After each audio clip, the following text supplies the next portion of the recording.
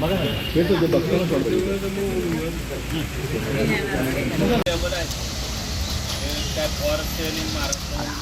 नको ना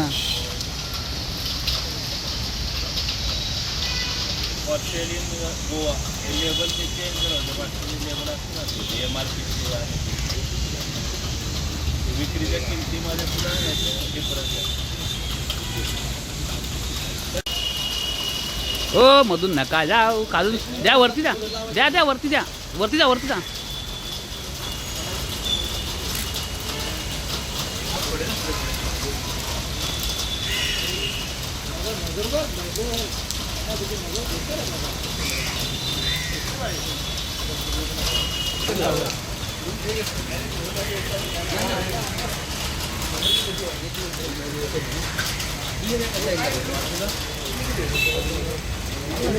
त्यांच्यातले दोघं तिघं घेऊन जाऊन बसू शकतो.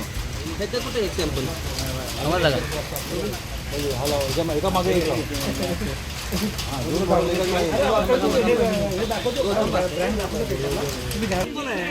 बडवायझर पण आहे तब तक रिकॉर्डिंग तो करने के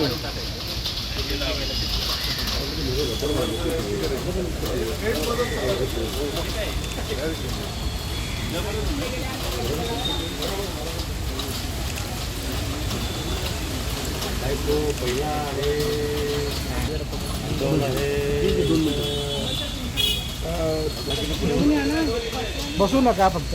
हा उभे करा तिथे. हा बस साईडला साईडला एक मिनट दोन इकडे का दोन इकडे. अरे मनोज हाथ मत घुमा रे गोल गोल. अरे कैसा एकत्र चार सब बोला ना फक्त. गुन्हे शाखा ठाणे शहरचे घटक 1चे इंचार्ज सचिन गायकवाड यांना गोपनीय माहिती मिळाली होती की डोंबिवली पोलीस स्टेशनच्या हद्दीमध्ये नेरुळकर रोड सुदामवाडी या ठिकाणी गोवा येथे बनवली जाणारी विदेशी दारू जी महाराष्ट्रामध्ये विक्रीसाठी ज्याला बंदी आहे अशी दारूच्या बॉटल्स त्या ठिकाणी आणून त्याचं लेबल त्याचं पॅकिंगचं जे मटेरियल आहे ते सर्व चेंज करून महाराष्ट्रामध्ये विक्रीसाठी असलेले जे अधिकृत लेबल आहे ते त्याच्यावर लेबल आणि रिपॅकिंग करून त्याची विक्री महाराष्ट्रामध्ये बऱ्याच ठिकाणी त्या दारूची विक्री होत आहे अशी माहिती त्यांना मिळाली होती. त्या अनुषंगानं घटक 1चे इंचार्ज PI सचिन गायकवाड यांनी ACP शेखर बागडे यांच्या मार्गदर्शनामध्ये त्याचबरोबर PSI घुगे आणि त्यांच्या टीमने त्या ठिकाणी जाऊन छापा कारवाई केली ज्यामध्ये घटक 1च्या टीमला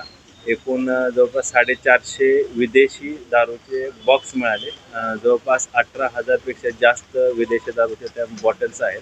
त्याचबरोबर प्रिंटिंग मशीन प्रिंटिंगसाठी लागणारं साहित्य हॉट एअर गन आणि इतर काही साहित्य जे छपाईसाठी किंवा लेबल चिकटवण्यासाठी जे काही वापरण्यात येत होतं असं साहित्य देखील त्या ठिकाणी मिळून आलं.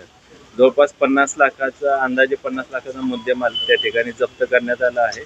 त्यामध्ये एकूण 4 आरोपी अटक करण्यात आलेले आहेत. त्या आरोपींना मान्य न्यायालयासमोर हजर केलं असं त्यांना 9 तारखेपर्यंत पोलीस कस्टडी रिमांड मिळालेला आहे.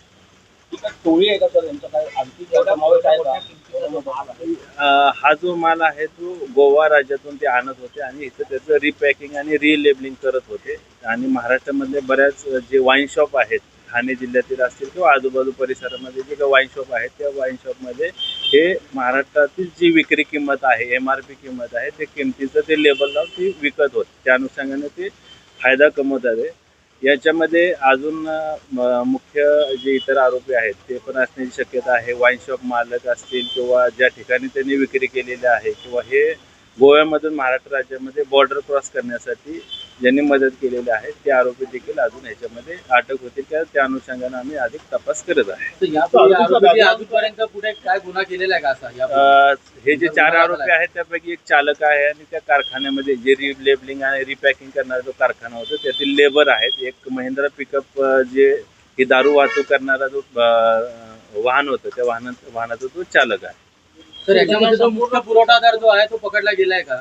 त्या अनुषंगानेच तपास सुरू आहे. मुख्य पुरवठादार जो गोव्यावरून माल इकडे सप्लाय करत होता महाराष्ट्रामध्ये त्याचबरोबर हे लेबलिंग आणि रिपॅकिंग करून महाराष्ट्रातल्या कोणकोणत्या वाईन शॉपमध्ये किंवा कोणकोणत्या बिअर बारमध्ये याची विक्री करत होते त्या अनुषंगाने देखील आमची घटक एकची टीम तपास करत आहे. आरोपी सध्या पोलीस कस्टडीमध्ये आहे. तर ह्या संपूर्ण घटनेचा पाहिलं तर एकदम मोठ्या संख्येने दारूच्या बाटल्या हस्तांतरित केलेल्या आहेत. यामध्ये कुठल्या प्रकारचं रॅकेट असू शकतं का? यामध्ये वॉइनशॉप मालक किंवा बिअर बार मालक यांचा देखील समावेश होतो का? काय यामध्ये महाराष्ट्र राज्यामध्ये विक्रीसाठी बंदी असलेली दारू ही गोवा राज्यातून आणण्यासाठी जे कोण टोळे असेल किंवा बॉर्डर क्रॉस करण्यासाठी ज्यांनी कोणी मदत केली असेल त्या आरोपींचा देखील शोध चालू आहे.